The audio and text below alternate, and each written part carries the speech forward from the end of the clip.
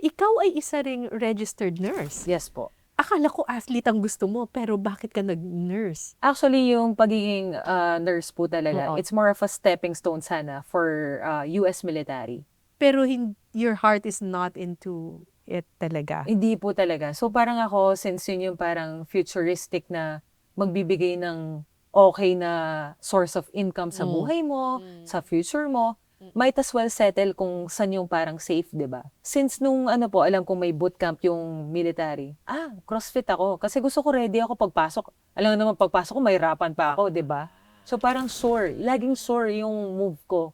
Kaso nga po, dahil nagkaroon ako ng injury sa finger ko, hindi na ako natuloy sa military. Yun yung naging parang downside. Ano yun? Nilalagay ka lang ng Panginoon kung saan ka Yes po. talaga. Ang So yung crossfitting, hindi talaga Hindi po siya plano. main. Hindi po siya main talaga. Parang paghahanda mo lang yan kasi ang mindset mo, magna-nursing ako, magiging part ako ng US military, Yes po. maghahanda ako, CrossFit muna ako. Yes po. Yun talaga. Yung pala yung CrossFit talaga ang para sa'yo. Yes po. Yun yung alam ko na ngayon na nare-realize ko na parang lahat tayo may plano si Lord. Parang Yes. wag ka na magmagaling. Dahil yung creator, siya nga yung may blueprint for you. You just need to move. Like, you do your work. Like, hindi ka naman pwedeng umupo lang, antay ng blessing. Kailangan mo pa rin yung mga trial and error sa buhay. So ako, hindi naman din ako like nasa physical Asia basta-basta. Madami din po akong pinagdaanan na hardships. There is a time for Yes, everything. perfect timing po talaga. Oo. Yes po. At saka, di ba may sinasabi palagi, let go and let God. Tama, tama. Ang sinasabi talaga doon ay maging bukas ang puso at maging bukas ang iyong isipan Yes po. for whatever comes your way. Kasi Tama. baka ito yung tamang path. Yes. Masyado ka lang nag-hold on to what you think is your path. Pero may iba palang landas ang Panginoon para sa'yo. Yes po. Oo. Pero anong sinabi ng parents mo nung sinabi mo ayaw mo na mag-nurse?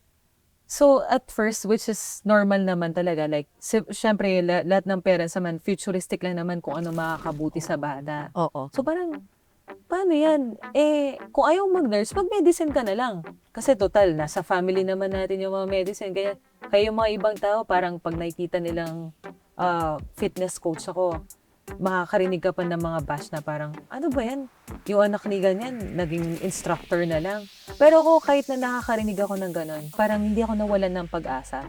Kasi ang nakikita ko naman, once na nakakatulong po ako ng tao, parang lalong lumiliyab yung passion ko na, go pa. Hindi ako napapagod. Like, nagko-coach ako everyday, nagtitrain din everyday, pero hindi ako nadidrain. Kasi alam ko din na nasa tamang daan ako eh.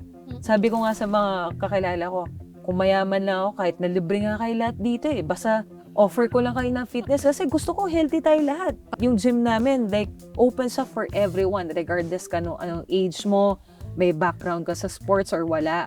Gusto ko lang na you can start your fitness and maging healthy lang talaga.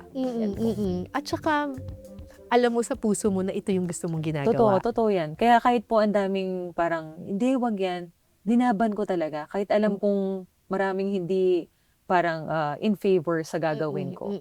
And happy naman ako na pinaniwalaan ko yung gusto ko.